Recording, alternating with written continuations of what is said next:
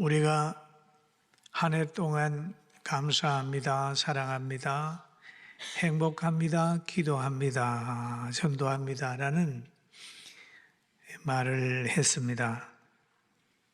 그런데 추수감사절이 되게 되면은 감사의 열매를 볼 수 있어요.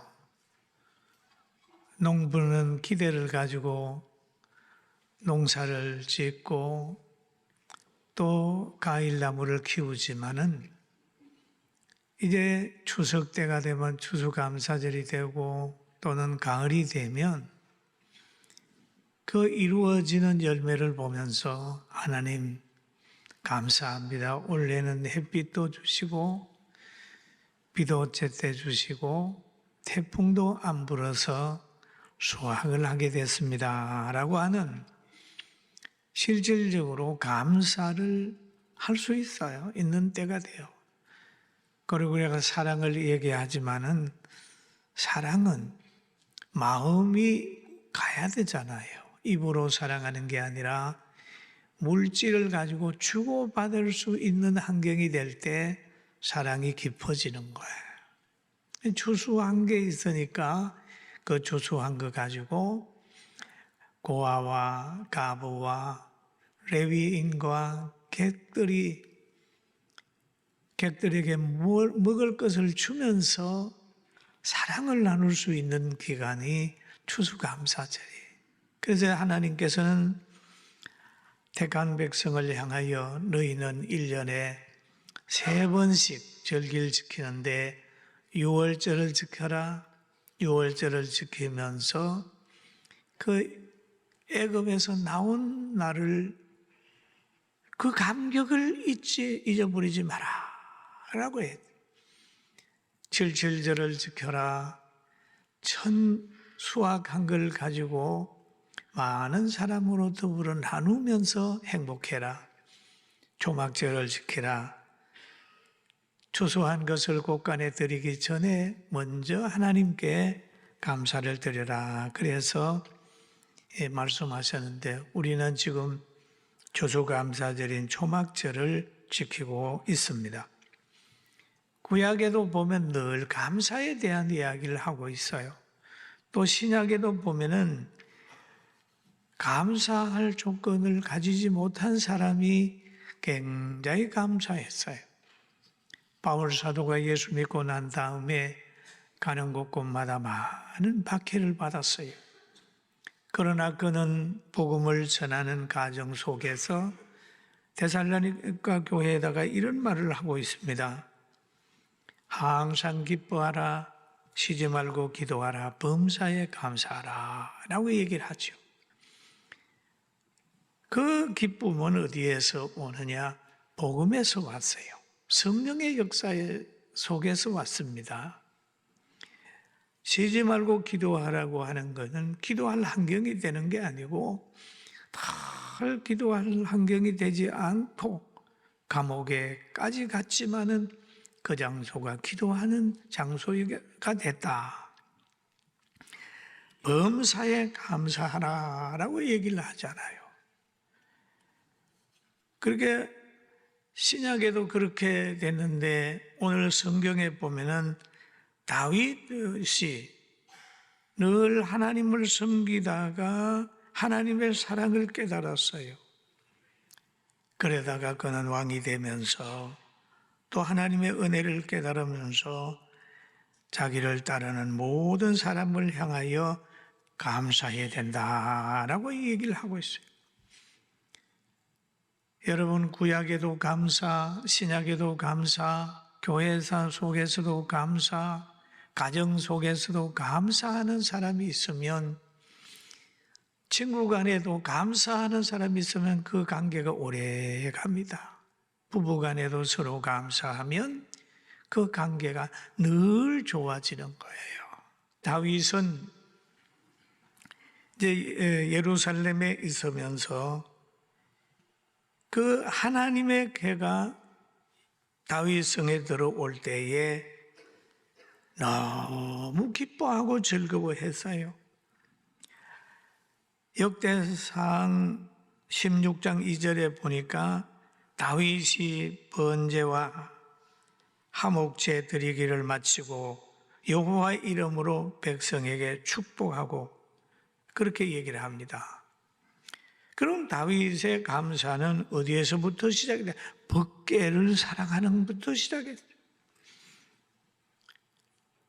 여러분, 우리가 감사를 할 때 하나님의 말씀을 사랑하는 것부터 시작을 해야 돼요.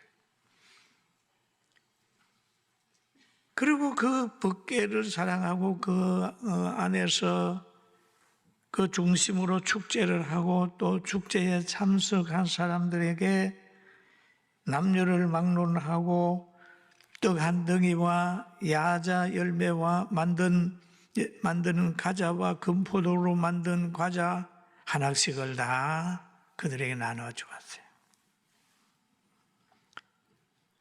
참석한 이들은 아주 즐겁게 했어요.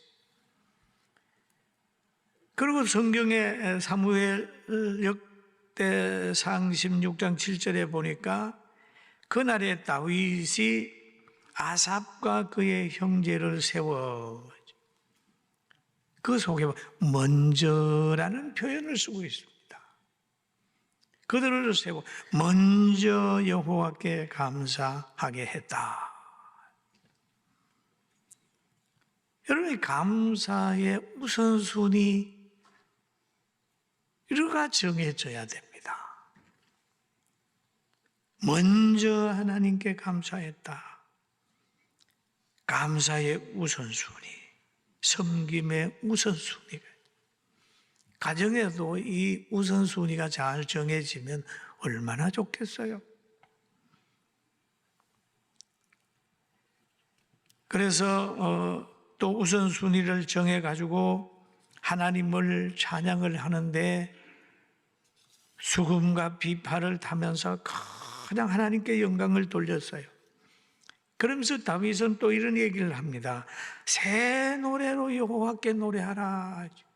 온 땅이여 여호와께 노래할지어다 라는 얘기를 합니다.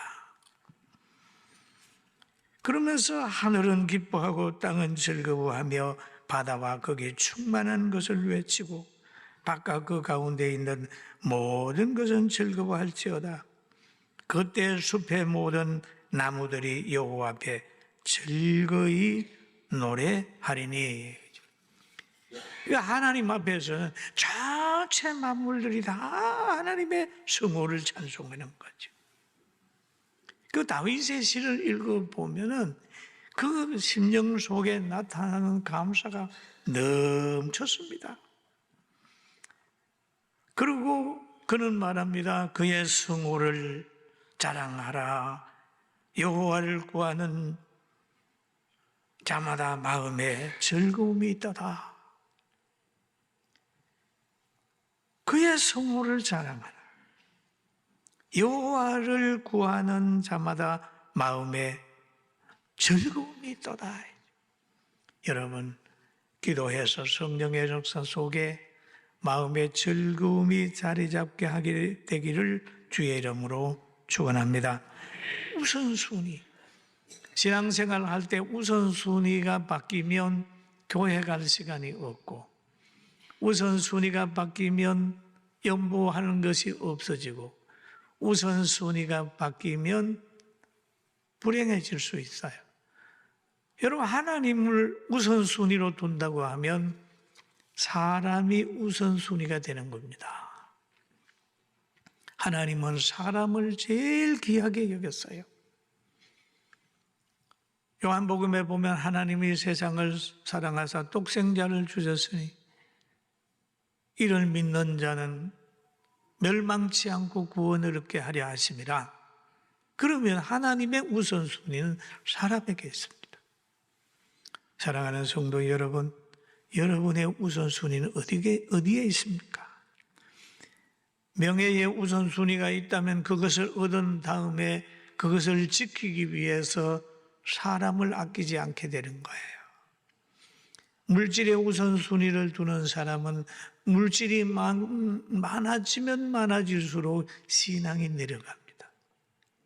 건강의 우선순위 두는 사람을 보면 건강이 회복이 되면 신앙이 올라가야 되는데 내려가는 것을 저는 늘 성도들을 보면서 체험하고 있습니다.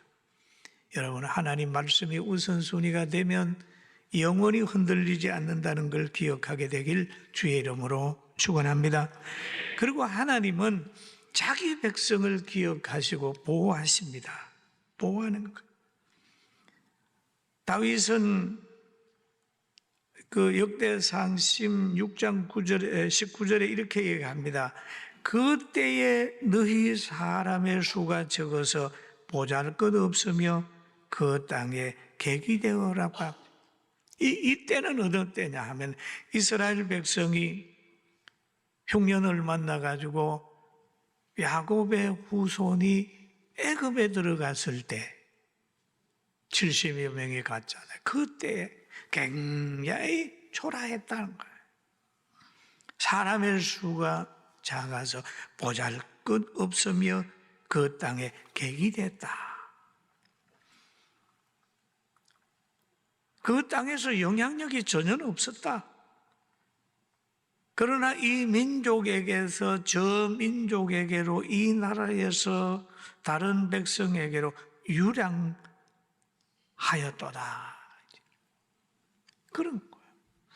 여러분, 우리가 하나님을 믿는다고 하지만 때로는 객이 되게 되고 때로는 영향력이 없어지게 되고 이 민족에게서 저 민족으로 그렇게 흘러가는 인생이 될 수 있어요. 그런데 하나님이 그 민족을 붙들었지 않습니까? 그럼 우리는 이 살아가면서 물방울 같습니다. 인생은. 물이 떨어져 가지고 쫙 흘러갈 때에 물의 의도대로 되는 건 아니에요. 물은 물길 따라 반응하면서 바다로 가는 거죠. 여러분 생각해 보세요. 지난 세월 보세요. 여러분의 의도대로 된 게 있습니까? 환경 따라 오다가 보니까 이곳까지 왔잖아요. 물길 따라온 거예요. 그러니까 누가? 하나님께서 다 환경을. 그런데 여러분과 저는 복받은 환경으로 하나님 보냈습니다. 할렐루야. 빗방울이 떨어져도 저 북한에 떨어져서 압록강으로 두만강으로 갈 수 있지만 우리는 어떻게 잘 떨어져서 대한민국 자유가 있는 곳에 떨어지지 않았습니까? 우리는 이 모든 환경을 인도하시는 하나님을 생각을 해야 됩니다. 그런데 다윗은 그렇게 얘기를 하고 있습니다. 늘 여호와께서는 사람이 그들을 해할 수 없도 해하지 못하도록 날마다 왕을 꾸짖었다. 그것도 그런 것이 아브라함이 부름을 받아가지고 지금 가나안으로 가는 길목에서 여러 가지 환경을 만납니다. 애굽에 들어가기 전에 아브라함이 생각을 했어요. 저 애굽 사람들은 이쁜 여자를 좋아하기 때문에 내 아내 사라가 너무 이쁘니까 아내라고 그러면 혹시 남편을 해하고 아내를 뺏어갈까 봐 염려해서 두 부부가 말하는 겁니다. 여보, 당신이 내 아내라고 말하지 말고 우리 형제라고 얘기를 하자 그랬어요. 그랬더니 그곳에 애굽에 들어가니까 그들이 진짜 그 아름다움을 보고 데리고 왕궁으로 들어간 거예요. 그의 미모가 왕에게 인정을 받게 된 거예요.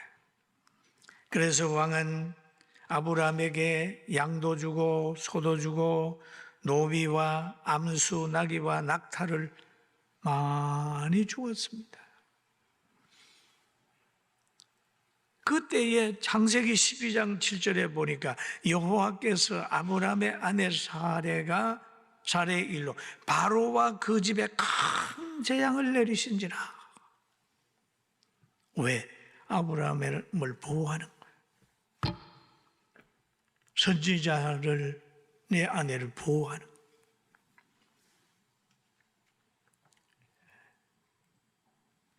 그러니까 그 얘기죠. 하나님은 자기 종을 보호하신다. 믿는 사람을 보호하신다. 그러면서 또 말합니다.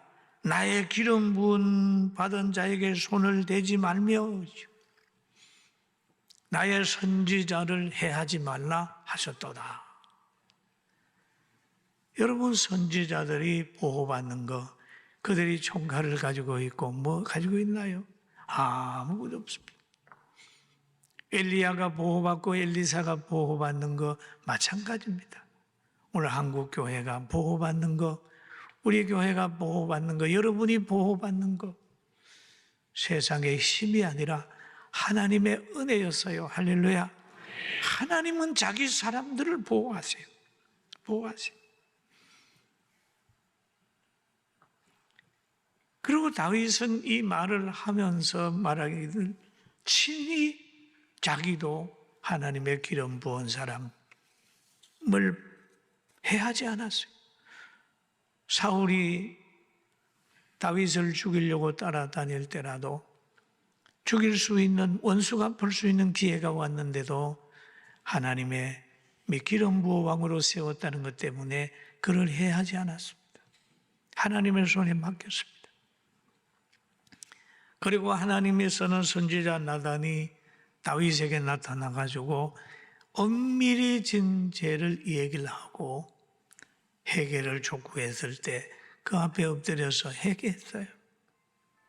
선지자를 해하지 않고 왕도 해하지 않았습니다. 그것이 다윗이었어요. 그래서 다윗은 큰 죄를 졌음에도 그는 늙어서 검은 머리에 하얗게 빠질 때까지 장수하다가 그 아들 솔로몬에게 왕의 자리를 물려주고 하나님의 나라로 간 것입니다. 사랑하는 성도 여러분, 하나님은 여러분과 저를 보호한다는 사실 믿게 되길 주의 이름으로 축원합니다. 축원합니다. 그리고 하나님께 나오게 될 때에 오늘 성경에 보니 그럽니다. 여호와의 이름을 합당한 영광을 그에게 돌릴지어다. 재물을 들고 그 앞에 나아갈지어다. 아름답고 거룩한 것으로 여호와께 경배할지어다 라는 얘기를 하고 있어요. 합당한 영광을 그에게 돌릴지어다. 하나님께 합당한 영광은 뭘까요? 하나님이 이스라엘 백성에게 가나안을 차지할 수 있도록 은혜를 줬어요. 땅을 줬어요. 그 민족을 보호해 주었어요. 그러니까 그 민족은 하나님 앞에 합당하게, 여러분 자녀들이 부모에게 합당하게 대우한다고 하는 것은 잘 모시는 거예요. 왜? 과거에 업어키웠지 않습니까? 과거에 얼마나 헌신했나요? 그러면 그 자녀들을 사랑받은 사람은 합당하게 그를 존중히 여겨야 되지 않습니까? 이스라엘 백성에게도 말하는 게 그거예요. 너희가 땅을 받았고 보호받았으니까 합당하게 하는 거예요. 여기서 보니까 재물을 들고라는 표현을 씁니다. 왜 그럴까요? 마태복음 6장 21절에 보니까 예수님이 하신 말씀이에요. 내 보물이 있는 곳에 뭐가 있다고요? 크게 한번 해봐. 시작. 마음을 가져오라는 거예요. 말로만 하지 말고 마음으로. 부모님을 대할 때 마음으로. 배고프게 하지 말아야 된다는 거죠. 여기 하나님께 나올 때 재물을 들고 그 앞에 나와라. 아름답고 거룩한 것으로 여호와께 경배하라. 그리고 또 한 가지 쭉 보면은 여기에 여호와께 감사해야 한다라고 한 말을 하지요. 오늘 성경에 보니까 여호와께 감사하라. 그는 선하시며 그 인자하심이 영원하미로다 라는 얘기를 하죠. 우리는 감사의 대상과 의지의 대상을 분별해야 됩니다. 구원에 대한 감사가 있어야 땅에 속해 살면서도 흔들리지 않습니다. 건강에 대한 감사도 시한적인 겁니다. 영원한 건강 없어요. 명예 영원하지 않습니다. 물질 영원하지 않습니다. 이것이 중심이 되게 되면 어느 때는 웃다가 울 수 있어요. 잠시 있다가 없어질 수 있어요. 이 베드로 사도는 신약에서 예루살렘에서 박해를 피하여 저 본도, 갈라디아, 갑바도기아와 아세야와 비두니아 흩어진 나그네들에게 편지를 했어요. 편지를 할 때에 바로 이사야서 40장 6절을 인용해서 편지를 했는데 그 편지 내용은 이런 거예요. 모든 육체는 풀과 같고 그 모든 영광은 풀의 꽃과 같으니 풀은 마르고 꽃은 떨어지되 풀은 마르고 여러분 우리 몸도 그러죠. 풀은 마르고 우리가 가지고 있는 모든 영광도 다 떨어지되 오직 주의 말씀은 세세토록 있도다. 주의 말씀은 세세토록 있도다. 말씀 중심으로 살든지 생각하든지 감사하면 변하지 않는 거예요. 구약에 보면은 귀한 분이 하박국 선지자가 한 말이 있습니다. 비록 무화과 나무가 무성하지 못하며 포도나무에 열매가 없으며 감람나무에 소출이 없으며 밭에 먹을 것이 없으며 우리의 양이 없으며 외양간에 소가 없을지라도 나는 여호와로 말미암아 즐거워하며 나의 구원의 하나님으로 말미암아 기뻐하리로다 하죠. 막 전쟁의 소리가 들려오고 울음이 오지만은 여호와로 인하여 기뻐하리로다라고 하는 게 있는데 여러분 우리 서인자들이 가져야 될 것은 이 기쁨입니다. 할렐루야. 말씀의 중심을 두어야 환경의 지배를 받지 않습니다. 잘 견뎌요. 순교자들 보세요. 순교하면서도 찬송을 부르고 가는 거죠. 왜? 그의 심령이 천국과 연결. 스데반도 돌로 쳐서 죽임을 당할 때 하나님을 바라보며 얼굴이 환하게 빛났다. 이번 추수감사절을 통해서 하나님과 더욱 가까워지고 감사의 우선순위 기억하며 의지할 것 없는 힘이 없고 영원하지 않는 것 의지해서 신앙 손해보지 말고 인생 망치지 말고 하나님을 전적으로 의지해서 물질의 종이 아니라 물질의 주인이 되고 환경의 종이 아니라 환경을 다스릴 수 있는 창조적인 성도들이 되기를 주의 이름으로 축원합니다.